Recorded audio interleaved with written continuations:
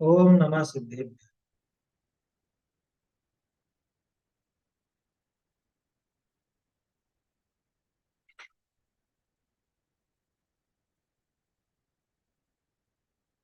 नमः श्रीवर्धमानाय निर्धूतकलिलात्मने सालोकानां त्रिलोकानां यद्विद्यादर्पणोति।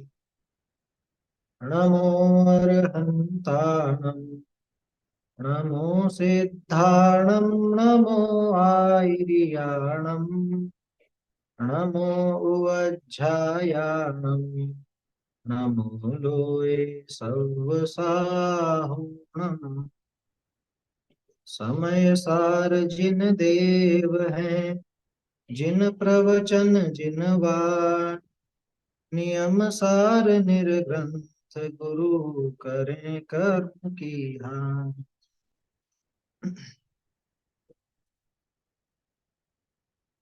देव शास्त्र गुरु पूजन की जयमाला अपन देख रहे हैं। 12 भावना पर अपनी चर्चा चल रही थी। कल अपन ने लोक और बोधि दुर्लभ भावना के संबंध में चर्चा की। आज इसके आगे का अपने को देखना है, धर्म भावना। पहले कुछ छंद अपन बोल लेते हैं। केवल रवि किरणों से जिसका संपूर्ण प्रकाशित है अंतर, उस श्री जिन वाणी में होता तत्वों का सुंदरतम दर्शन। सदर्शन बोध चरण पथ पर अविरल जो बढ़ते हैं मुनिगण, उन देव परम आगम गुरु को शत शत वंदन, शत शत वंदन। क्षण भर निज रस को पीछे तन मिथ्या मल को धो देता, काशायिक भाव विनष्ट किए निज आनंद अमृत पीता है। अनुपम सुख तब विलसित होता, केवल रवि जगमग करता है। दर्शन बल पूर्ण प्रकट होता, यही अरहंत अवस्था। यह अर्घ्य समर्पण करके प्रभु निज गुण का अर्घ्य बनाऊंगा, और निश्चित तेरे सदृश प्रभु अरहंत अवस्था पाऊं।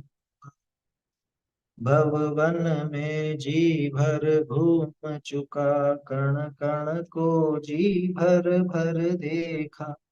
मृग सम मृग तृष्णा के पीछे मुझको न मिली सुख की रेखा। झूठे जग के सपने सारे, झूठी मन की सब आशा। तन जीवन यौवन अस्थिर है, क्षण भंगुर पल में मुरझाए। सम्राट महाबल सेनानी उस क्षण को टाल सकेगा क्या। अशरण मृत काया में हर्षित निज जीवन डाल सकेगा क्या। संसार महादुख सागर के प्रभु, दुखमय सुख आभासों में मुझको न मिला सुख क्षण भर भी। कंचन कामिनी प्रासादों मैं एकाकी एकत्व लिए, एकत्व लिए सब ही आते।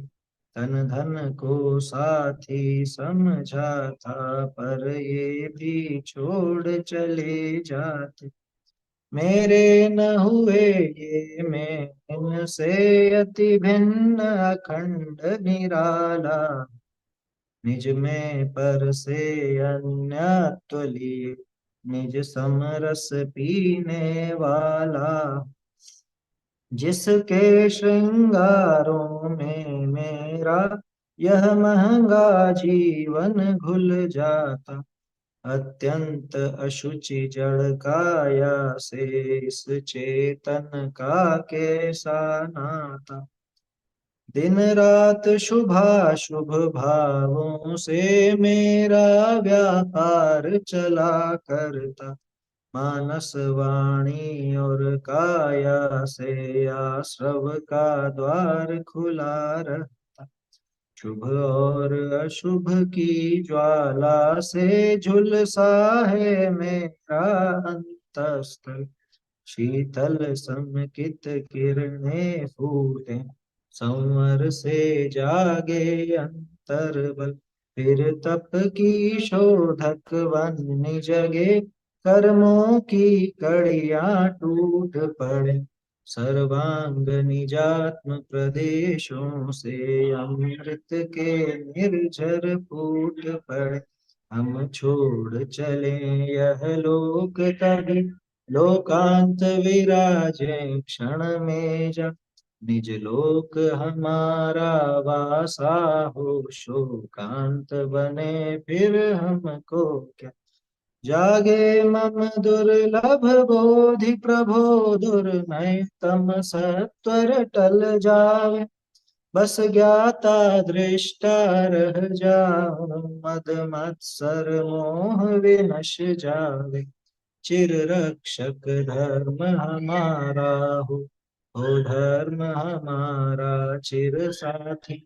जग में न हमारा कोई था हम भी न रहे जग के साथ।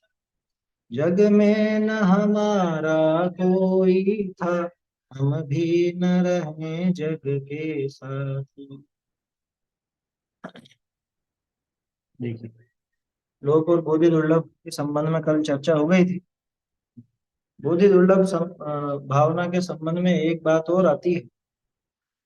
बोधि वास्तव में दुर्लभ है या नहीं, इसको दूसरी तरफ से देखें कि संसार शरीर और भोग जिनसे विरक्ति आती होती है वो सुलभ है या दुर्लभ। क्योंकि समय सारणी में तो अपन पढ़ते हैं कि ये जो काम भोग और बंधन की कथा है। सुध परिचिदाणु बुधा सर्वस्वी काम भोग बंध कहा। ये तस्सु लंबो नवृण सुलहो विहत्तस। ये श्रुत है, परिचित है, अनुभूत है। ये काम भोग बंधन की कथा तो अनादिकाल से मिली है, तो ये सुलभ है।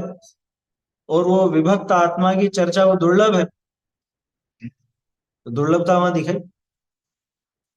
तो बोधि वास्तव में दुर्लभ है या नहीं, भावना का नाम भी बोधि दुर्लभ। देखो, दोनों अपेक्षाएं दोनों तरफ लगती। काम भोग और बंधन की जो कथा है, माने ये जो पांच इंद्रिय के विषय भोग, संसार शरीर भोग, ये सुलभ भी हैं और दुर्लभ भी। ऐसे ही बोधि भी सुलभ भी है और दुर्लभ भी। कैसे कि भाई आज तक प्राप्त नहीं हुई है ये रत्नत्रय की बात करें पहले तो बोधि की। कि बोधि आज तक प्राप्त नहीं हुई इसलिए दुर्लभ है। बिना पुरुषार्थ के होती नहीं है इसलिए दुर्लभ है। और सुलभ इसलिए है क्योंकि कुछ और नहीं चाहिए इसके। जब जीव ये करने का प्रयास करे, पुरुषार्थ अपना जगाए, पुरुषार्थ पूर्वक रत्नत्रय की प्राप्ति का उपाय करे, तो ये हो ही जाती है, इसलिए सुलभ है। कुछ अलग से और कुछ काम नहीं करना। बहुत से विद्वान पहले ऐसा उदाहरण लेते थे, क्या चाय बनाने से भी ज्यादा सरल था। क्यों चाय बनाने से ज्यादा सरल कैसे? कि चाय में भैया दूसरी सब वस्तुएं चाहिए।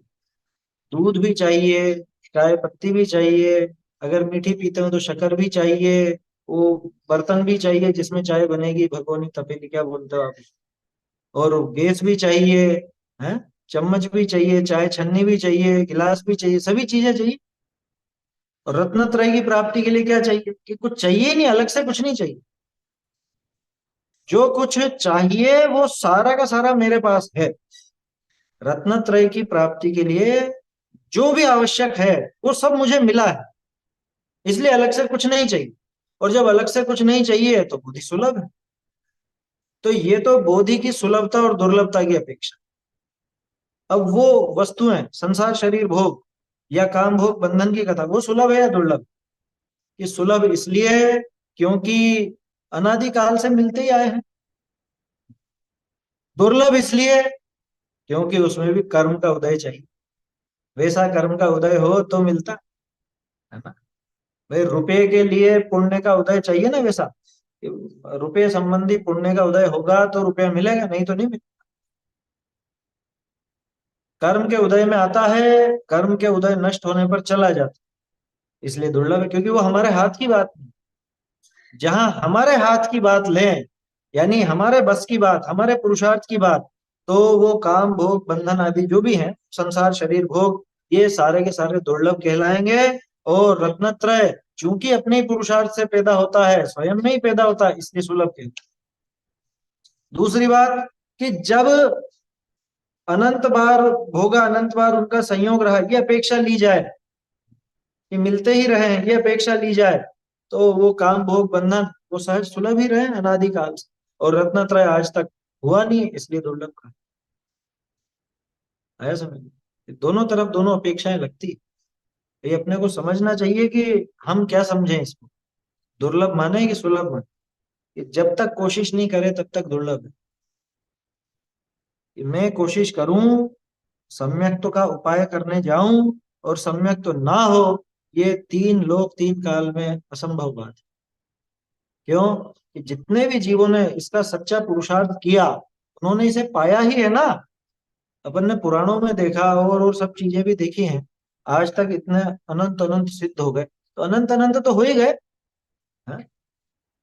तो इसका मतलब मिल गई उनको, अनंत जीवों को जो चीज मिल जाए उसको दुर्लभ कैसे कहे? तो गलती रही है तो मेरी ही रही है। अब मैं उस भूल को सुधार करके उस बुद्धि की प्राप्ति कर सकता हूं। समस्या क्या है कि हम विश्वास नहीं करते हैं इस बात। कहते तो हैं लेकिन विश्वास नहीं करते। अरे कोई अभी थोड़ी ना होएगा, है? क्या कहता है? अरे पंचम काल है, पंचम काल में कोई सम्यक दर्शन थोड़ी ना हो। बहुत से लोगों को ये वास्तव में विश्वास नहीं होता कि पंचम काल में कोई सम्यक दृष्टि हो सकता हो। अरे भाव लिंगी संत भी इस पंचम काल में हुए हैं अभी भी होते हैं। अब ये यूं सोचता है कि ये तो कोई अजीब ही चीज है जो होगी ही नहीं शायद अभी। ये सम्यक दर्शन, ये इस भव में तो शायद मुश्किल ही लगता है। ऐसा इसको पता नहीं क्यों ऐसा विश्वास बैठा हो। ये सम्यक दर्शन छोड़ो, अनंत ज्ञान जैसी अनंता अनंत पर्याय मेरे आश्रय से निकलती हैं। मैं वो त्रह हूं जिसमें ये अनंत ज्ञान जैसी अनंता अनंत पर्याय, अनंत सुख जैसी अनंता अनंत पर्याय निकलती हैं। ये विश्वास करे, सम्यक दर्शन कैसे नहीं आए बताओ? तो इसलिए दुर्लभ नहीं है वास्तव। ऐसा भी सवाल रहता है कि वो सम्यक दर्शन हो जाने के बाद क्या अपने को समझता है? समझ में भी नहीं आएगा, केवल गम्य ही विषय तो शायद होके हाँ, गया। ये भी एक मान्यता रहती है लोगों को कि हमको पता कैसे चलेगा। अरे भाई स्वाद आएगा, आनंद आएगा तो क्या पता नहीं चलेगा? कि लेकिन वो तो जरा सी देर का होता है, हमने तो पढ़ रखा। क्या कि थोड़ी सी देर का भी आनंद मालूम तो पड़ेगा कि नहीं पड़ेगा? और एक अलग ही भावना फिर चलेगी उसकी। भाई अनुभव तो कभी कभी होगा पर अनुभूति तो बनी रहती है। निगोद का जीव निगोद से निकलकर इधर संगी पंचेंद्री होकर उसी भाव में सम्यक दर्शन लेकर और मोक्ष चला जाता है। हम तो निगोद में नहीं है ना। भाई आधा रास्ता तो तय हो ही चुका है, आधे से ज्यादा तय हो चुका है। क्योंकि सिर्फ संगी पंचेंद्री बनने से भी काम नहीं चलता, उसके आगे भी और चीजें चाहिए। क्या? तो वो सब हमको मिला है। सच्चे देव शास्त्र गुरु मिल गए हैं, समझने लायक ज्ञान मिल गया। टोडरमल जी जैसे, गुरुदेव जैसे, बाबूजी जैसे ऐसे समझाने वाले अपने को मिल गए। अब और क्या चाहिए बताओ? माने ऐसी कोई वस्तु नहीं है जो सम्यक दर्शन के लिए आवश्यक हो और हमको प्राप्त नहीं हुई। ऐसी कोई वस्तु नहीं है। बाहरी वस्तुओं की बात करें तो बचा तो खुद का पुरुषार्थ ही बचा है बस। खुद का पुरुषार्थ तो खुद को ही करना पड़े। एक समय के लिए बिजली चमकती है। बिजली की चमक कितने देर की होती है? जैसे जो लोग कहते हैं ना कि हमको पता नहीं चलेगा, जरा सी देर का होता है, तो बिजली चमकती है जो आप उसका फोटो तक नहीं खींच सकते, इतनी तेज चमकती है। आया समझ में? इतनी जल्दी गायब हो जाती, तो भी पता चलता है कि नहीं चलता? इतनी सी देर की बिजली जो चमकी उसका पता चल जाता है, वो तो जाने कहाँ हुई है। और ये तो मेरे अंदर कुछ भूचाल आएगा एक समय का भी, तो वो मुझे पता नहीं चलेगा। वो अंदर, वो जो कर्मों को उड़ा डालने वाला भूचाल। अब सोचो सम्यक दर्शन को भूचाल क्यों कह रहे हैं? ये भूचाल है, वो अनादि काल से पड़े हुए उस मिथ्यात्व को उड़ा डालता है, खत्म कर देता है एक झटके में। वो आएगा तो पता नहीं चलेगा। जैसे होता है ना, कुछ चीज चखते हैं, थोड़ा सा उंगली से लेके हाँ, थोड़ा सा रखे, सपोज उतना मालूम नहीं पड़ा तो हम लोग बोलते हैं ना वापस थोड़ा और दे दो, नहीं ठीक से मालूम पड़ा। ऐसा नहीं हाँ। होता है क्या? ऐसा नहीं हो नहीं सकता? होगा ना, वो बार बार उसके लिए प्रयास करेगा फिर, उस स्वाद के लिए बार बार प्रयास करेगा। जब वो प्रयास इसका जल्दी जल्दी होने लगेगा, तभी तो गुण स्थानों का परिवर्तन होता। भैया चौथे गुण स्थान में इतना ज्यादा नहीं हो पाया, है ना? कुछ देर के लिए रहा, कभी कभार ही रहा, तो वो उसको थोड़ी सी तलब लगी उसकी कि मुझे तो ये और चाहिए, तो तड़प लगी। तो उस तड़प के कारण ये और उपाय करता है, जल्दी जल्दी प्रयास करता है। फिर वो अनुभव बार बार होता है, तो वहां पे पांचवा गुण स्थान आता है। और ज्यादा उपाय करे, मुनि बन जाए, तो वहां हर उत्तर मुहूर्त में उसको भोगता है। ये तो होने के बाद, लेकिन वो जो समझने की बात है, वो ठीक से चखा ही नहीं, मतलब मालूम ही नहीं पड़ा, मतलब ऐसा ठीक से जैसे वापस स्वाद लेने के लिए और एक बार टेस्ट करके फिर मालूम पड़ेगा, ऐसा मतलब वो हिसाब से पूछ रही थी। कोई चीज का सपोज स्वाद लेते हैं हम लोग, थोड़ा ही चखा जस्ट, अभी ठीक से नहीं मालूम पड़ा तो और थोड़ा चखा दो, ऐसा बोलते हैं नहीं थोड़ा नहीं, मतलब। ठीक से मालूम क्यों नहीं पड़ेगा? देखो इसमें ऐसा है कि वहां वो नदी वाला उदाहरण लेना। नदी में डुबकी लगाने जाता है तो वहां तो ठंडक मिलती है, वो ठंडक तो मालूम पड़ती। अब वो डुबकी लगा के भले एक बार में निकल आए, लेकिन वो ठंडक पता चल जाती। अब लेकिन आप जो बात कर रहे हो वो है डुबकी लगाने के पहले की, कि जब नदी की तरफ जा रहा है, नदी की तरफ जा रहा है, वहां पे भी एक ठंडी ठंडी हवाएं, वो चीज तो आएगी। लेकिन ये वहां पे अगर मगन हो गया, तो वो असली ठंडक तक नहीं पहुंचेगा। अब जब असली ठंडक तक पहुंच गया, यानी वो डुबकी लगा ली, और इसका और मन करता है कि नहीं एक और डुबकी लगाऊं, तो कर सकता है, करता है। अधिकांश जीवों के तो यही होता है। वो औपशमिक सम्यक दर्शन, वो छूट करके क्षयोपशमिक में परिवर्तित हो जाता है। और कुछ के ऐसा भी होता है कि औपशमिक हुआ और अंतर मुहूर्त बाद वो छूट जाए, मिथ्यात्व में। मुझे बड़ा आश्चर्य होता था। वो क्या है कि जैसे सम्यक दृष्टि जीव का अधिकतम काल बताया ना संसार में रहने का, कि भाई ये इतना अधिक रह सकता, अर्ध पुद्गल परावर्तन जितना रह सकता। लेकिन कौन रहता होगा, सोचो तो सही। बहुत रेयर केस है, संभावना है वो, है ना? कि संभावना, संभावना मतलब इतना संभव है, ऐसा बताया। बस ऐसे ही जिसे आत्मा की अनुभूति हुई हो, और सम्यक दर्शन हुआ और अंतर मुहूर्त में गंवा देगा उस रत्न को, वो गंवा देता है, अपने को पता है। वर्णन योग में वो व्यवस्था है। लेकिन मेरा सोचना है कि अधिकांश जीव तो वो क्षयोपशमिक में कन्वर्ट कर लेते। क्यों छोड़ेगा ऐसा रत्न जो आज तक मिला नहीं था? उस रत्न को क्यों छोड़ देगा? जैसे एक वो संभावना बताई कि इतने लंबे समय तक भटक सकता है, ऐसे ये भी एक संभावना है कि छूट करके वापस अंतर्मुहूर्तवाद मिथ्यात्व में आ जाए। सारे के सारे ही आ जाते हैं ऐसा तो नहीं। मेरा सोचना है कि अधिकांश जीव तो नहीं गिरते, तत्काल नहीं गिरते, क्योंकि ये कुछ ऐसी अद्भुत क्रिया हुई है जो अनादिकाल से आज तक नहीं हुई थी। ऐसा काम ये क्यों क्यों छोड़ देगा? ऐसी ऊंची चीज को क्यों गवा? लेकिन गंवा सकता है, संभव तो है। वो कर्णानियों की उसमें विशेष बारीकी है। और गंवा भी देता हो ना, तो वापस जल्दी से कभी प्राप्त कर ले। गंवाएगा तो उसमें कर्मों का ही जोर है ना, वहां पे कर्म का कोई ऐसा प्रबल उदय पिछला वो उदय में आया, तो ही गंवाएगा ये। बाकी तो गंवाने वाला नहीं है ये। है समझ? और जैसे शादी के लिए दूल्हा घोड़ी पर चढ़ता है, तो कई बार ऐसे भी प्रसंग सुनेंगे कि घोड़ी पे चढ़ा और घोड़ी पे ही मर गया। लेकिन सारे तो नहीं मरते, है समझ में? शादी की, वो मतलब शादी के लिए घोड़ी पर बैठा और घोड़ी पे बैठ के ही मर गया। ऐसे किस्से भी हुए हैं, हमारे यहाँ भी हुआ था, काफी समय हो गया। तो वो घोड़ी पे बैठा और वो मर गया। लेकिन ये बताओ कितने किस्से होते हैं। भाई असंभव तो नहीं है इसलिए बताया कि हाँ हाँ मर तो सकता है, लेकिन कितने मरे? ज्यादातर तो कर ही लेंगे सर। पर है? भैया वो मुनिराज 11वें उस इस गुण स्थान से गिर जाते हैं ना फिर, हाँ गिर जाते हैं।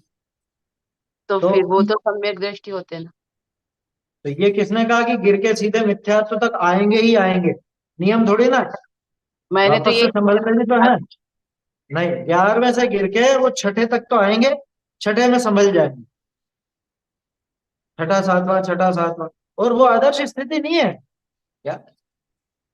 भाई वहां से गिर करके वो नीचे आ गए, तो उसको हम आदर्श बनाएंगे क्या? कि गिर तो जाते हैं, घोड़ी पे चढ़ा हुआ मर भी जाता है, तो उसको आदर्श थोड़ा बनाया जाएगा। आया समझ? तो वापस गिरकर वो प्रयत्न भी तो करता है ना, वापस उपशम श्रेणी हाँ दोबारा चढ़ सकता करता है है। इस भाव में, या तो भाई शपथ गिरेगा चढ़ तो सकता छठे तक जाएगा इतना पक्का है, लेकिन ये तो नहीं है कि वो पहले में ही चला जाए। भाई मिथ्यात्व में ही चला जाए ऐसा थोड़ी ना नियम है। वो तो बताइए संभावना कि गिरते गिरते गिरते गिरते पहले तक भी जा सकता है, जा सकता है, ये संभावना बताइए। गिर ही जाए ऐसा कोई नियम नहीं। है, और शपथ श्रेणी भी चढ़ सकता है, हाँ और गिर के तीर्थंकर के, छठे। तीर्थंकर भी चढ़ मतलब उपशम श्रेणी कर सकते हैं। अपने को लगता है ना कि वो कैसे करेंगे, मतलब ऐसा कुछ असंभव नहीं है वो काम, क्योंकि वो जानबूझ को तो नहीं करते ना, वो ऐसा हो जाता है, मतलब वो ईश्वर की कमी ये होती है। चीज तो ऐसी है कि वो आत्म ध्यान में ही लीन है। जो लीन है उनको ये नहीं मालूम कि हम कौन सी श्रेणी चढ़ रहे हैं। उनको लेना देना भी नहीं उससे। वो तो अपने आत्मा में ही लीनता बढ़ा रहे हैं, उग्रता बढ़ा रहे हैं। अब वो उपशम श्रेणी बनी हो, शपथ श्रेणी बनी हो, उससे क्या फर्क पड़ता है? और गिर भी जाते हैं तो भी उनको तो पता तब चलेगा जब छठे गुण स्थान में आए। छठे गुण स्थान में जब वो विकल्पों की, समझ लो, आकुलता वहां पे प्रकट होगी, तब पता चले। तो ये दुर्लभता की बात समझ में आई। अब बोलो दुर्लभ दुर्लभ है कि सुलभ? कि भाई प्रयास करने वाले के लिए कोई दुर्लभ नहीं। सम्यक पुरुषार्थ करे रत्नत्रय का तो दुर्लभ नहीं। ये जीव पुरुषार्थ नहीं करता है आसानी से, इसलिए दुर्लभ कहा जाता है। पुरुषार्थ करने वाले के लिए दुर्लभ। वो एक कविता है तो सही इस तरह की, कोशिश करने वालों की कभी हार नहीं होती। कोशिश करने वाला हारता नहीं है। आया समझ?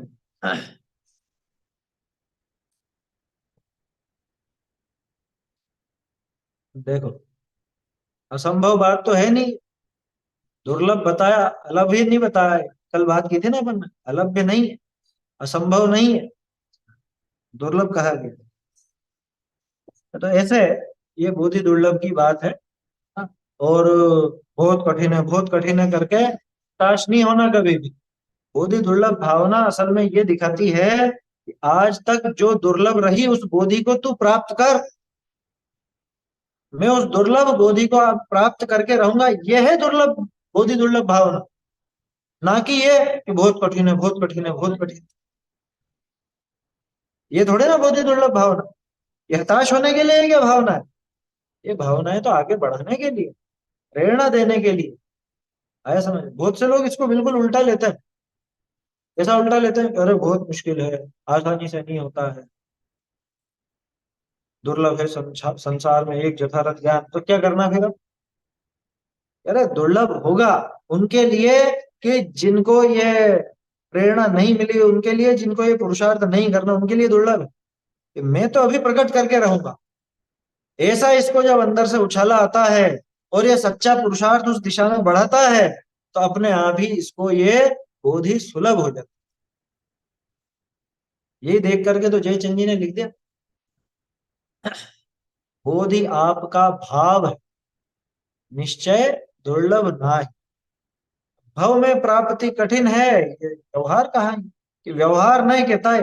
अब देखो हमारी बुद्धि कैसी है, व्यवहार जो कहता है ना उस पर तो पूरा भरोसा, लेकिन निश्चय से जो बात कही गई है उस पर भरोसा ही नहीं। वहां तो अपन नहीं लगा देते कि वो तो निश्चय नहीं से कहा गया, और व्यवहार नहीं में व्यवहार नहीं लगाते, वहां तो कहते अरे दुर्लभ ही है भैया, वास्तव में दुर्लभ है। क्या आत्मा शुद्ध तो निश्चय नहीं से कहा गया है, वैसे तो अशुद्ध है। कि वास्तव में तो शुद्ध है, व्यवहार में से अशुद्ध कहा गया। क्या होना चाहिए? दृष्टिकोण का खेल है सारा का सारा। इसका दृष्टिकोण ही उल्टा रहा तो इसको ऐसा उल्टा ही नजर। चलिए आगे देखते हैं धर्म। अब ये तो अंतिम भावना। इसमें जो उसके पहले आए थे ना, निज लोक हमारा वासा हो, शोकांत बने फिर हमको क्या। तो हाँ शोकांत का नीचे अर्थ दिया था कि सब हमारे सभी शोकों का अंत होना।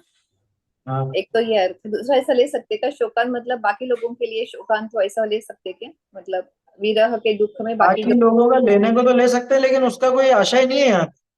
क्योंकि जो 12 भावनाएं भाता है, वैराग्य का चिंतन करता है, वो जगत के बारे में नहीं सोचता उस समय। ऐसा नहीं, वो जगत की क्यों सोचने लगा? दुनिया में क्या हो रहा है क्या नहीं हो रहा है, इससे छूट करके तो ये यहाँ पे आया है। ये 12 भावना जो चल रही है, ये स्वयं के ऊपर ही घटित करता है कि जगत के सभी जीवों का शोक दूर हो। ये भावना 12 भावना में नहीं है। ये तो जैसे मेरी भावना अपन भाते हैं, मेरी भावना माने कि सभी जीव सुखी रहे हैं, होवे वर्षा समय पे और वो सारी चीजें हैं। तो वो बात एक सामान्य भावना, वो वैराग्य पैदा करने वाली नहीं। यहाँ पे तो स्वयं के ऊपर ही लगा सारी चीज। देखिए। फिर हमको क्या, ऐसा क्यों लिखा आगे हाँ, फिर। फिर हमको क्या? अब उसके बाद हमको क्या लेना देना है पूरे जगत से? कि सारी शोकों का अंत भी हो जाए तो हमको क्या लेना? अब हमें क्या, हम वापस लौट के आने वाले नहीं। दो तरह से अर्थ देखे थे अपन ने इसके। एक तो ये फिर लगाओ इधर कि फिर शोकांत बने, और शोकांत बन भी जाए तो हमको क्या। यहाँ पे शोकांत बने फिर हमको क्या में ऐसा लेना कि बाहर में जो शोक के कारण है, दुख के कारण है, वो निमित्त, उन सबका भी नाश हो जाए, शरीर का नाश हो जाए, कर्मों का नाश हो जाए, तो हमको क्या। नाश हो चाहे नहीं हो, हमको क्या। एक अर्थ तो ऐसा। और दूसरा क्रम दिखाया कि हम छोड़ चले यह लोग तभी, फिर इसके बाद शोकांत बने, और फिर इसके बाद फिर हमको क्या, कि हमें क्या लेना है? हम इस लोक को छोड़ जाएं, शोकांत हो जाए, उसके बाद हमको कुछ भी मतलब नहीं इस दुनिया से। ऐसा वहां पे आशय। चलिए अंतिम भावना देखते हैं धर्म। ये बहुत बढ़िया है। चिर रक्षक धर्म हमारा हो धर्म हमारा चिर साथी। हैं? चिर रक्षक धर्म हमारा हो, ये इसकी इसी भावना का दूसरा रूप नीचे दे रखा है कि जग में न हमारा कोई था, हम भी न रहे जग के साथ। तो ये तो एकत्व और अन्यत्व में भी अपन पढ़ चुके हैं। क्या कि इस जगत में हमारा कोई भी नहीं था। हमने माना था कि ये हमारे हैं, कि ये हमारे घर वाले हैं, ये हमारे प्रिय हैं, और ये हमारे शत्रु हैं। ये हमारी वस्तुएं हैं, ये हमारा घर है, रुपया पैसा है, मकान है, गाड़ी है, बंगला है, कपड़े हैं, आभूषण है। अथवा ये हमारा पति है, पत्नी है, माता पिता है, भाई बहन है, बच्चे बच्ची हैं, जो भी है। तो इन सबको मैंने हमारा समझा था, लेकिन वास्तव में हमारे होते कितने? जग में न हमारा कोई था। ये क्यों हमारे क्यों नहीं है? क्यों नहीं है हमारे? कोई हमारे होते तो हमेशा हमारे साथ ही रहता, हमेशा हमारे साथ रहता। अरे और भवों की बात छोड़ो, कम से कम इस भव में तो रहता है। लेकिन इस भव में भी हमेशा कहाँ रहता है? इन्हीं शरीर तो रहता है ना अपने साथ हमेशा। ये शरीर भी नहीं रहता, इसका भी बदल जाता है पूरा का पूरा सब सिस्टम। जो बचपन में था वो सब अब कुछ भी नहीं। ना वो चमड़ी है, ना वो हड्डी है, ना वो मांस है, ना खून है, सब बदल चुका है। जग में न हमारा कोई था, कोई वस्तु हमारी। बहुत से लोग कहते हैं ना, ये हमारा, ये फर्स्ट एंड लास्ट। क्या, ये हमने पहली गाड़ी खरीदी है, जीवन भर इसको हम साथ में रखेंगे। सब शुरू शुरू में लगता है, आगे कोई सब चीजें पलट जाती हैं, वो एक भी चीज नहीं रहती। ऐसा सबसे ऊंचा मोबाइल खरीदा, अब कुछ खरीदूंगा ही नहीं इसके बाद।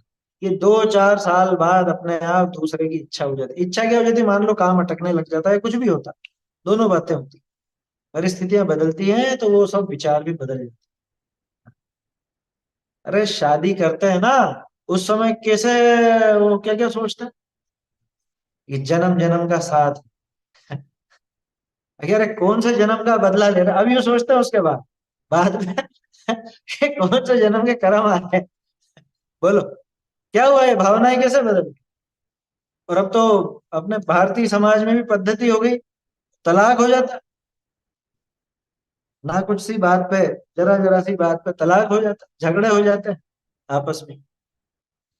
जो पहले जन्म जन्म की कस्में खाते थे, वो अब एक क्षण भी एक दूसरे को देखना तक बर्दाश्त नहीं करते क्या? ये तो खैर जब कषाय का आवेग होता है ना, कषाय का ऐसा जोर चलता है, तब उस समय ऐसी पद्धतियां होती। टोडरमल जी ने तो गजब का एक वो चित्र खींचा है, क्रोध में इस जीव की कैसी कैसी दशा होती है, मान में कैसी होती है, माया में कैसी होती है, लोभ में कैसी होती है। ये सब दिखाया है टोडरमल जी। क्या आया समझ में? पहले जिसके प्रति रति थी, अब उसके प्रति अरति हो। रति सामान्य राग, अरति द्वेष, तो ये होता है। आया समझ में? तो उसकी चर्चा तो अपन समय आने पर करें, कषायों में कैसी कैसी दशा होती है, वो भी अपना विषय। विषय तो ये है, बात समझने की ये है कि जगत में हम जिसको राग की तीव्रता के कारण हमारा समझ रहे थे, उसके प्रति खूब राग उमड़ रहा था, है ना, बहुत प्रेम था। अब लेकिन वास्तव में वो हमारा कितना, कितना हमारा, कि कुछ गड़बड़ हुई हो तो ही हमारा ना रहे ऐसा नहीं है। अरे सब अच्छा ही हो, अच्छा का मतलब कि प्रेम रहे आपस में भले और वो सब भी हो, लेकिन तो भी वो हमारा नहीं है। आप कितने ही प्रेम से रखते हो, कितने ही प्रेम से रहते हो आपस में, लेकिन तो भी हमारा क्या है उसके अंदर, बताओ। परस्पर हमेशा प्रेम से रहने वाले के अलग नहीं होते। अरे अपने घर की बच्ची को अपन 15 20 25 साल घर पे रखते हैं और बहुत प्रेम से रखते हैं, उसको भी बहुत प्रेम रहता है, भाई से, पिता से, माँ से, सबसे बहुत प्रेम रहता है। लेकिन ये बताओ फिर अलग होते हैं कि नहीं होते? होते ही। दो भाइयों में ही बहुत प्रेम हो, क्या रह लेंगे आजीवन साथ में, रह ले? नहीं रह सकते, परिस्थितियां ऐसी बनती हैं। आया समझ में? घर छोटे पड़ने लग जाते हैं, परिवार बढ़ता है, तो मजबूरी वश ही अलग रहना पड़े, भले झगड़े में नहीं रहना पड़े, लेकिन मजबूरी में ही रहना पड़े, क्या करो, नहीं रह सकते। बच्चा ही पढ़ाई के लिए बाहर जाता है, नौकरी व्यापार आदि के लिए बाहर जाता है, होता है ना ये सब। तो वास्तव में हमारे होते, तो वो हमारे ही बन के रहते हमेशा, वो हमारे होते नहीं। आया समझ में? तो जग में ना हमारा, जग में हमारा कोई नहीं था, और मैं भूल से अपना समझ रहा था, हम भी न रहे जग के साथी। ये लाइन तो बाद की है, पहले ली अपन। पहले क्यों ली? कि भाई वास्तव में जब हमारा कोई नहीं था, तो किसी ना किसी को तो हमारा बनाना पड़ेगा। तो क्या है भावना? कि चिर रक्षक धर्म हमारा, कि धर्म हमारा चिर रक्षक। अब कौन है धर्म? क्या है धर्म? धर्म तो वस्तु का स्वभाव है। अलग अलग परिभाषाएं अपन पढ़ते हैं, अहिंसा परमो धर्म, वत्थु सहावो धम्मा, है? और फिर अपनी वो परिभाषा तो है ही सही। कौन सी? चारित्रम खलु धम्मो, समत्व परिणाम को, राग द्वेष रहित परिणाम को अपन धर्म कहते हैं। और इधर रत्नकरण में आचार्य देव और बताते हैं कि जो दुख से उठा करके सुख में रख दे, वो तो उसकी, उसका लक्षण दिखा है। धर्म कौन है? तो जवाब तो वही आएगा, चारित्र अथवा वस्तु स्वभाव। चिर रक्षक धर्म हमारा हो, तो ये बताओ कि धर्म कौन है जो हमारी रक्षा करे? कि धर्म तो हम खुद प्रकट करेंगे। चिर रक्षक धर्म हमारा होगा मतलब हम खुद धर्म के आश्रय रहें, धर्म कोई हमको आश्रय नहीं देगा। हम खुद उस धर्म को प्रकट करें और उसको बनाए रखें, उस पर्याय को बनाए रखें। बनाए रखें माने कि निरंतर उस धर्म रूप, वो धर्म रूप पर्याय ही हमारे चलती रहे। चिर रक्षक धर्म हमारा हो, में ये बात कि धर्म के अलावा और कोई साथ देने वाला नहीं है। चलो विचार करके देखें कैसी कैसी दशाएं होती है और क्या क्या साथ देती है। एक पर्याय ऐसी बताओ जो हमेशा के लिए परमानेंट हो सके, राग की, द्वेष की, कोई किसी भी तरह की बताओ। 25 प्रकार की अपन कषाएं देखते हैं, उनमें से कोई बता दो, मिथ्यात्व आदि में से बता दो। एक पर्याय बताओ जो परमानेंट रह सके। इनमें से एक भी नहीं। लेकिन वो जो मेरे स्वभाव के आश्रय से प्रकट होती है, वो धर्म की पर्याय सम्यक, तो वो अनंत काल रह सकता है ना। शायद सम्यक हुआ उसके बाद तो कहीं जाने वाला नहीं। अनंत ज्ञान वो हमेशा रह सकता है, प्रकट हुआ उसके बाद नष्ट नहीं होता। अनंत सुख वो प्रकट हुआ सो हुआ, उसके बाद दुख का नाम निशान नहीं। तो ये बताओ, जो अपन कहते हैं कि मेरा सो जावे नहीं और जावे सो मेरा नहीं, तो ये लक्षण किस पे घटित होता है? राग द्वेष पे। राग द्वेष कभी एक जैसे नहीं रहते, अंतर मुहूर्त में पलटता ही है। देखो भावों का नियम ऐसा है कि कोई भी भाव अगर मुहूर्त भर टिक जाए तो इसको केवल ज्ञान हो। कोई भी भाव टिक जाए, लेकिन पूरे विश्व में ऐसा कोई भाव है ही नहीं, मतलब वीतरागता को छोड़कर, उस चारित्र के भाव को, समत्व परिणाम को छोड़ करके, आत्मलीनता के भाव को छोड़ करके, पूरे विश्व में इस तरह का कोई भाव नहीं है जो एक मुहूर्त भर भी टिक सके। तो जो टिका ही नहीं वो हमारा कैसे होगा? क्योंकि मेरा वो जाता नहीं कभी, और ये तो छोड़ के चले जाते। राग आया थोड़ी देर का, चला जाएगा, थोड़ी देर कम हो जाएगा, ज्यादा हो जाएगा, कुछ भी नहीं। द्वेष आ जाएगा, अरे देखते नहीं क्या लोगों को, मजाक करते करते कब एकदम से गुस्सा आ जाए। इधर तो हाथ से चल रहा है, और हाथ से चलते चलते ही वो गुस्सा आ गया, खुद को ही, खुद ही हंसी कर रहा है, मजाक कर रहा है, और वो खुद को ही गुस्सा आ गया। और ऐसा गुस्सा है कि मार ही डाले किसी। है समझ में? होता है ना, ऐसा कई बार होता है। तो ये तो कषाय भाव तो निरंतर पलटते रहेंगे, ये कभी भी साथ निभाने वाले नहीं है। इसलिए इन कषाय भावों को अपने ऊपर हावी नहीं होने देना, इनको अपना साथी नहीं बनाना। साथी उसको बनाना जो परमानेंट टिके। ये कह रहे हैं, चिर रक्षक धर्म हमारा हो। हम किसको साथी बनाते हैं? अरे विवाह आदि में भी यही चीजें देखी जाती हैं कि ये रिश्ता आगे तक टिकेगा कि नहीं टिकेगा, है? ये निभेगा कि नहीं निभेगा। किसी के बारे में तलाश करते हो, लड़का या लड़की देखते हो, और कोई कहते हैं तो शॉर्ट टेम्पर। शॉर्ट टेम्पर समझते हैं? जरा जरा से गुस्सा आ जाता है, झगड़ा करने लग जाता है? मूड बदलता रहता है इसका। अरे नहीं नहीं भैया, ऐसा नहीं, ऐसे टिकने वाली नहीं। कि जिसने इसने पहले 5-7 से तो तलाक ले रखा है, तो बोलो ऐसे से कोई शादी करे, ये इसका कभी टिका नहीं, ये हमारे साथ कैसे टिक जाएगा? समझदार होगा तो नहीं करे, कोई मूर्ख हो वही चक्कर में आए। तो ठीक ऐसी बात यहाँ लगा कि ये जो राग या द्वेष का भाव, ये जो कषाय भाव, ये जो अज्ञान का भाव, मिथ्यात्व का भाव, ये कभी टिकने वाला नहीं। इसकी एक्सपायरी नजदीक है। क्या? तो इसके साथ संबंध नहीं बिठाना, इसको अपना रक्षक मत बनाओ, इसको अपना परमानेंट आश्रय मत दो। स्थायी जो आश्रय है वो धर्म को ही दो, तो वो धर्म तुम्हारी रक्षा करेगा। ये समझ में नहीं आ रही बात। धर्म हमारी रक्षा करेगा कि हम धर्म को आश्रय देंगे? क्या होगा कि भैया तुम उस धर्म को न्योता दोगे, और फिर वो धर्म जब प्रकट हो जाएगा तो वो धर्म तुमको दुखी नहीं होने देगा। ये रक्षा है, समझ में?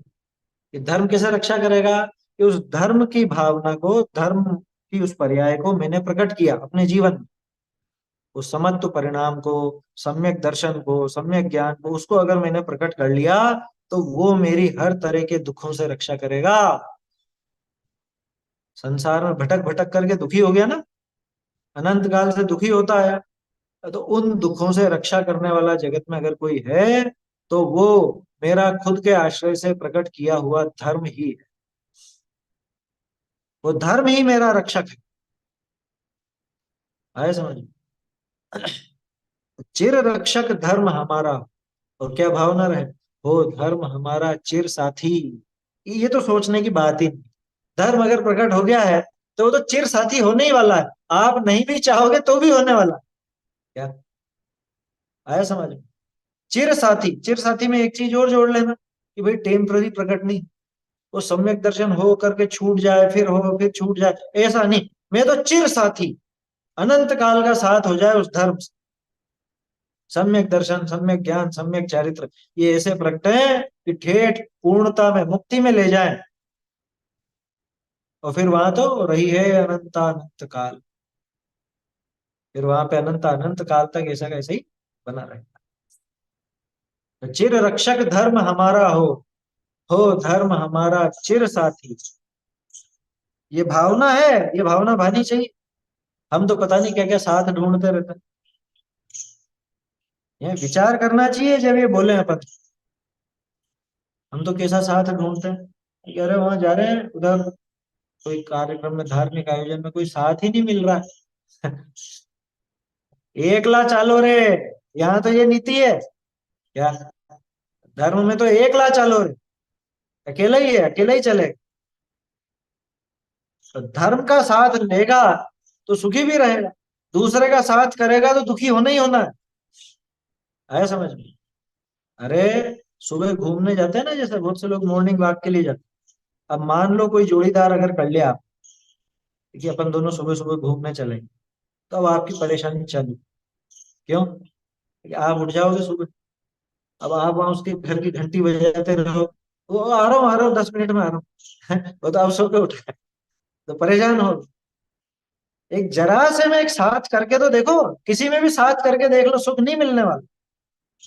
इसलिए कहा कि मेरा वो धर्म जो मेरे स्वभाव से प्रकट होता है, और मेरा स्वभाव का आश्रय ही वो धर्म है, तो उसके अलावा जगत में ऐसी कोई वस्तु नहीं, ऐसा कोई भाव नहीं जो चिरकाल तक साथ निभा सके और दुख से मेरी रक्षा कर सके।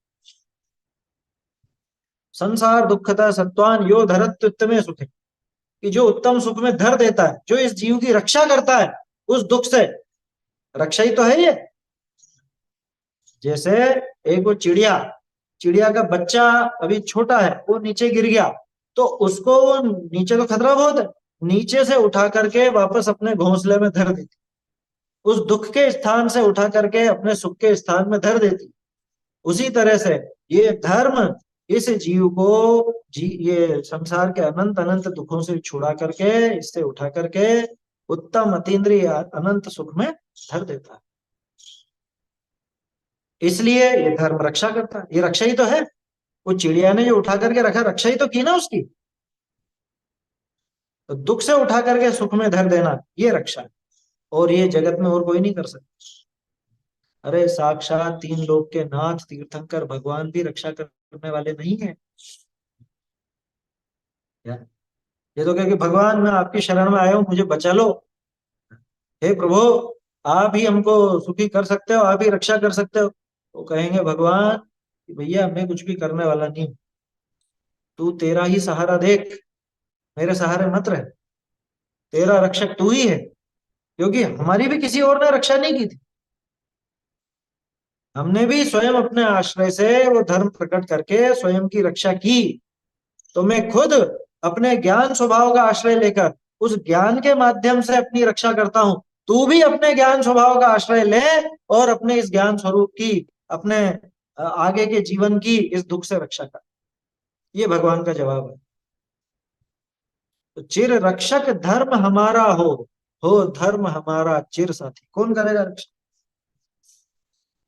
इन्हें घर वाले रक्षा करते हैं एक दूसरे की। घर के आदमी की जिम्मेदारी होती है परिवार की रक्षा करना, है ना। औरत तो घर को संभालती है और आदमी घर की रक्षा करता है, ऐसा ऐसा बातें चलती है। कौन करता है रक्षा बताओ? उसका उदाहरण है ना, कौन था, छत्रसाल। अब वो उसको राजा रानी जो थे, मतलब छत्रसाल जब पैदा हुआ छोटा सा था, उसके माता पिता राजा रानी पर आक्रमण हुआ दुश्मन राज्य का, और ये बच के भाग निकले। एक ही घोड़े पे सवार थे तीनों, लेकिन इनको शंका हुई कि ये इसके जो सैनिक पीछे पड़े हैं अपन को ढूंढ लेंगे, मार दें। तो क्या करें, इस बच्चे को तो बचाओ। तो जंगल में एक झाड़ी में छोड़ गए, छुपा, झाड़ी की ओट में छुपा करके छोड़। अब मनुष्य का बच्चा ऐसे अकेले नहीं जी सकता। सामान्य नियम ये है प्रकृति का। क्या सामान्य नियम क्यों कह रहा हूँ? क्योंकि वास्तव में तो कर्मों की व्यवस्था के नियम लागू होते हैं। लेकिन आमतौर पे देखो तो जानवरों के बच्चे तो चलने फिरने लग जाते हैं, कुछ खा पी लेते हैं अपने हिसाब से। मनुष्य का बच्चा करवट तक नहीं ले सकता, छोटा सा बच्चा। आया समझ में? वो अपनी भूख नहीं मिटा सकता। आया समझ में? तो उसको छोड़ गए वहां पे, और दोनों के दोनों भाग गए कि अपना जीवन बचेगा तो फिर देख लेंगे। और थोड़े दिन बाद लौट करके उस उधर से निकले कि देखें तो सही क्या बचा होगा, वो तो मर गया होगा। है? तो वहां तो किलकारियां मार रहा है झाड़ी के पीछे, ऊपर से शहद की बूंद टपकती रही और वो सीधे उसके मुंह में गिरती रही, और वो जीवित रही। योग्यता थी तो जीवित रह गया, योग्यता नहीं होती तो क्या जीवित हो? कितनी प्राकृतिक आपदाएं होती। वो भूकंप आ जाते हैं, भुज में आया था ना भयंकर भूकंप आया, सब करोड़पति रोड़पति हो गए, जाने कितने लोग दब करके मर गए, और जाने क्या क्या हो गया। और जिसकी आयु शेष थी, जिसका आगे जीने का था, वो जिंदे निकल गए। 7-8 बाद छोटे छोटे बच्चे, हाँ, जिंदे निकल गए। किसने रक्षा की बताओ? अखबार वाले क्या लिखते, भगवान ने बचा लिया, इसने बचा लिया, उसने बचा लिया, तरह तरह की बातें लिख देते। कह रहे भैया, वो वो तो खैर बाहरी व्यवस्था है सारी, शरीर का बचना नहीं बचना, वो तो कर्म के ऊपर। लेकिन जीव का रक्षक कौन है? अनादि काल से जो दुख मिल रहा है, तरह तरह की विपरीतताएं होती है, उसमें जीव की रक्षा कौन करता है? धर्म ही रक्षक है, धर्म ही सहाई है। इसके अलावा और कोई रक्षा करने वाला नहीं है, ये पक्का मानना। उस धर्म के सहारे ही बाहर की वस्तुएं जो जिस पुण्य से मिलती है, उस धर्म के सहारे वो पुण्य भी बन जाते। आया समझ में? इसलिए ये भावना हमेशा रखना, चिर रक्षक धर्म हमारा हो, घर वाले कोई रक्षा नहीं करना। अशरण भावना में आया तो था, अशरण में यही तो बात थी, किस किस को अपने साथ रख लो, कौन रक्षा कर लेगा, कौन बचा लेगा? है? कोई है शरण? ये धर्म ही एकमात्र शरण, और वो धर्म आत्मा के आश्रय से पैदा होता है, इसलिए आत्मा ही है शरण। ये बताओ, भय, भव भय से भयभीत मुनि हो जाते हैं, मुनिराज क्यों बनते हैं? भव का भय लगता है। तो ये बताओ किसकी शरण लेते हैं? ये धर्म की शरण लेते हैं, अपने आत्म स्वरूप में रमणता की शरण लेते हैं, उसी में लीन होते हैं। वो गाथा इसीलिए तो लिख दी आचार्य देव ने, अरहंत सिद्धाचार्य पाठक साधु है परमेष्टिपण, सब आत्मा की अवस्थाएं आत्मा में, आत्मा ही है शरण। ये सबने कहाँ पे शरण ढूंढी? ये सबने अपने आत्मा में ही शरण ढूंढी। तो वास्तव में शरण वही है, वो धर्म ही शरण। शरण्य साधूनां भवभयभूतानां उत्तम गति, जो महावीर अष्टक में है। हाँ, बोलते तो हैं। हालांकि वहां पे तो महावीर स्वामी के लिए कहा गया, लेकिन वो अपन धर्म पर लगा। आया समझ? शरण्य साधु नाम भव भय भृताम, भव के भय से जो भरे हुए, मतलब डर रहे हैं, ऐसे ऐसे मुनिराजों के शरण रूप। वहां पे महावीर स्वामी के लिए बात है, लेकिन वास्तव में आत्मा के लिए, कि कौन है उन साधुओं का, अरहंतों का, सिद्धों का, आचार्यों का, उपाध्यायों का, कौन है शरण? कि निज आत्मा ही है शरण। क्यों? क्योंकि उस आत्मा के आश्रय से ही धर्म प्रकट होता है, इसलिए धर्म ही शरण। तो चिर रक्षक धर्म हमारा हो, वो ही रक्षा करे, हो धर्म हमारा चिर साथी। तो धर्म ही साथी रहने वाला है, और वही साथी रहे, ये भावना होनी चाहिए कि हमें और किसी का साथ नहीं चाहिए। आया समझ? और किसी के साथ की आवश्यकता ही नहीं है। बोलो, मुनिराज के पास कोई परिग्रह क्यों नहीं रहता? इसलिए नहीं रहता कि उनको राग टूट गया, या इसलिए नहीं रहता कि उनको आवश्यकता ही नहीं, उनके काम का ही नहीं है। क्या काम का ही नहीं है उनके, इसीलिए राग टूटा है। राग टूटने का कारण भी यही है, वो साथी नहीं है, वो साथ नहीं निभा सकते, क्योंकि मुझे जरूरत ही नहीं है। मुझे तो एकमात्र धर्म की आवश्यकता है, उस आत्म स्वरूप में रमणता की आवश्यकता है, उससे ही मेरी रक्षा होगी, और वही मेरा साथी है। अमावस की अंधेरी रातों में भयंकर जब बादल गरजते हों, और इधर भयंकर जानवरों की गर्जना होती हो, ऐसी जगह पे मुनिराज के कौन साथ? वो अंजना का प्रसंग आता है ना, अंजना और वो नौकरानी थी साथ में, कौन थी? दासी थी। वो साथ में जंगलों में इधर से उधर भटकती फिर रही, डर रही, गुफाओं में आश्रय ले रही है, गुफा में शेर भी आ गया। ऐसे ऐसे प्रसंग आए तो थे। ये बताओ कौन साथी था? धर्म ही एकमात्र साथी, धर्म ही। तो धर्म ही साथी रहने वाला है हमेशा, हर दशा में, हर पर्याय में, हर गति में। अगर इस जीव का कोई साथी है, कोई रक्षा करेगा, तो धर्म ही करेगा। धर्मो रक्षति रक्षिता, क्या ऐसा आता है? अन्य मत में आता है, गाड़ियों पे लिखा रहता है, धर्मो रक्षति रक्षिता, कि रक्षा किया गया धर्म ही रक्षा करता है। क्या मतलब? वही बात जो अपन कर रहे हैं, कि जो इस धर्म को प्रकट करेगा, जो धर्म की रक्षा करेगा, माने धर्म को अपने जीवन में उतारेगा, प्रकट करेगा अपनी पर्याय में, धर्म उसकी रक्षा। ये पद्मा नदी पंचविंशतिका में भी आया है श्लोक में। ये हाँ, ये ऊपर का वाक्य मैं बताती हूँ, नंबर अभी याद नहीं है। अच्छी बात है फिर तो, धर्मो रक्षति रक्षिता, क्योंकि मैंने तो ज्यादातर क्या गाड़ियों के पीछे लिखा हुआ देखा, अन्य मतों की उनकी लिखी रहती है ना, तो धर्मो रक्षति रक्षिता, ये रक्षित धर्म ही रक्षा करता है। वहां अन्य मत में अन्य ढंग से अर्थ लेते हैं उसका, वहां अर्थ यूं लेते हैं कि अपने वो स्थानों को बचाओ, अपने गुरुओं को बचाओ, इनको बचाओ, उनको बचाओ, वो रहती है उनकी तो बात। अपने यहाँ तो धर्म की आपने रक्षा की तो धर्म आपकी रक्षा करेगा, माना आपने जीवन में धर्म प्रकट किया, तो ये सम्यक दर्शन इस प्रण के साथ आता है कि अब मैं तुझको दुखी नहीं होने दूंगा। ये रत्नत्रय इस प्रण के साथ अपने जीवन में प्रवेश लेता है कि तू चाहे मुझे छोड़ने की कोशिश करे, मैं तुझे छोड़ने वाला नहीं हूं, मैं तुझे सारे दुखों से पार उस अनंत सुख की प्राप्ति करा करके ही दम लूंगा। ये रत्नत्रय की प्रतिज्ञा है, ये उस सम्यक दर्शन की शपथ है। आया समझ? ये उसकी शपथ है और वो दिला देता है। इसलिए कहा चिर रक्षक धर्म हमारा, हो धर्म हमारा चिर साथी। जग में न हमारा कोई था, इसकी बात तो पहले कर ही ली अपन, जगत में कोई भी नहीं अपना, इसीलिए तो धर्म की शरण ली। ऐसा भजन भी है पुराना, जगत में कोई नहीं अपना, अपने क्या मालूम, शायद बुद्धजन जी का है या किसका है, जगत में कोई नहीं अपना, जग में न हमारा कोई था, हम भी न रहे जग के साथी। कि जब हमारा कोई था ही नहीं तो हम भी क्यों व्यर्थ में साथ की कोशिश करें, साथ निभाने की या किसी का साथ लेने की क्यों कोशिश करें? ठीक है, ये तो एक सांसारिक बनाव जो बना हुआ है, कर्म के उदय से बाहर में सब परिस्थितियां मिली हुई है, लेकिन वास्तव में इनमें साथी पन्ने जैसी बात नहीं, कोई साथी होता नहीं किसी। अरे एक सिरदर्द कोई जरा सा कम नहीं कर सकता, चाह करके भी नहीं कर सकता। माँ अपने बच्चे के रोग को दूर करना चाहे, जरा सा भी ले नहीं सकती उसका दर्द। नहीं तो हम भी क्यों फिर व्यर्थ में साथ की कल्पना करें? भाई श्रद्धा से तो वो साथ छोड़ ही देना, क्या?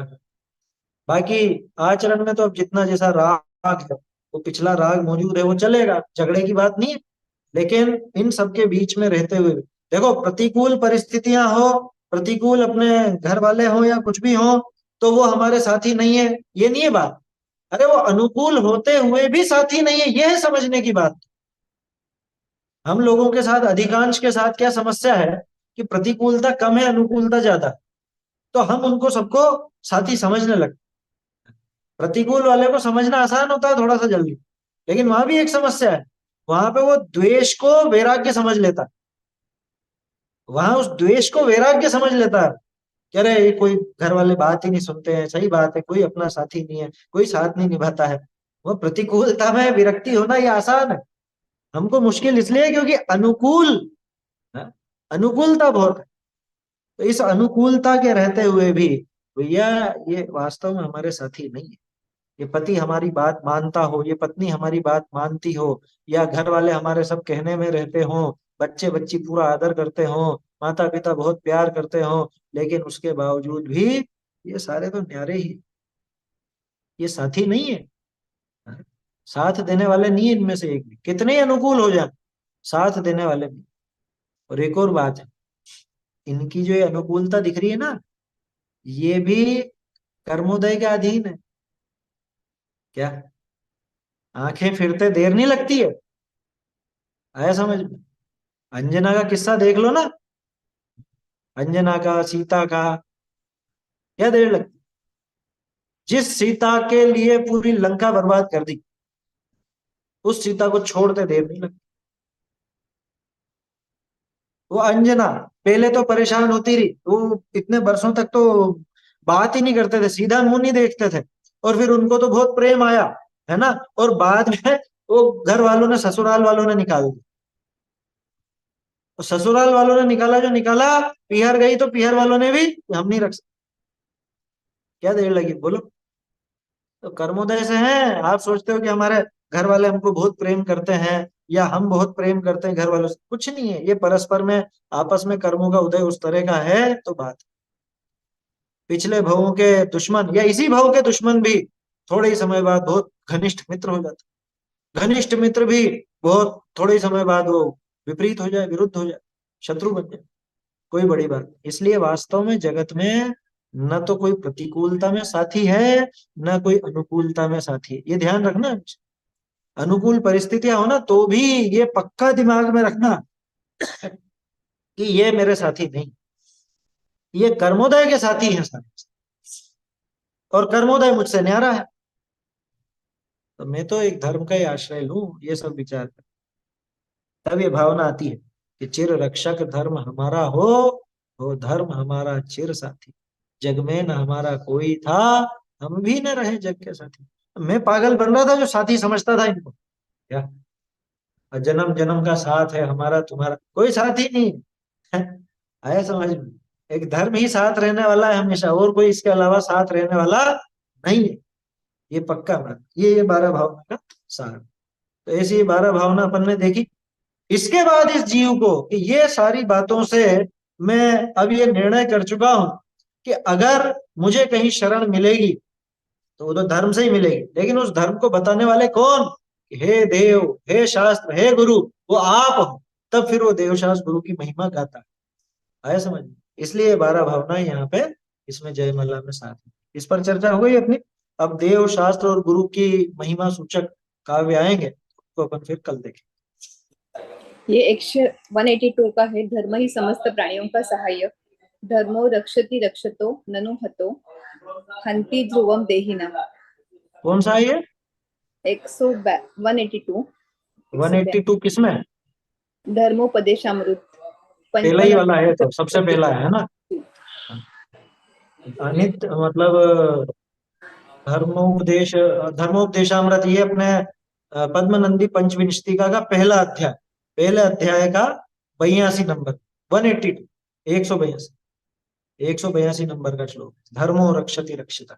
मतलब यहाँ से देखो दूसरों ने वो भी चीज ले ली है, कहाँ कहाँ से कॉपी करते हैं। चलिए, चैतन्य का स्मरण प्रतिक्षण ही करो रे, भव के अनंत दुख को क्षण में हरो रे, अक्षय अनंत निज सौख्य निधान पाओ, गाओ अरे इसी के गीत गाओ, साची तो गंगा यह वीत रागवानी, अविच्छिन्न धारा निज धर्म की कहा, जामे अति ही विमल अगाध ज्ञान पानी, जामे अति ही विमल अगाध ज्ञान पानी, जहाँ नहीं संशयादि पंक की निशानी, साची तो गंगा यह वीत रागवान, अविच्छिन्न धारा निज धर्म की कहा, सप्तभंग जन तरंग उछलत सुखदानी, सप्तभंग जन तरंग उछलत सुखदानी, संत चित मराल वृंद रमे नित्य ज्ञानी, साची तो गंगा वीत रागवानी, अविच्छिन्न धारा निज धर्म की कहा, जाके अब गाहन ते शुद्ध होए प्राणी, जाके अब गाहन ते शुद्ध होए प्राणी, भाग चंद निहचे घट माहिया प्रमाणी, साची तो गंगा यह वीत रागवान, अविच्छिन्न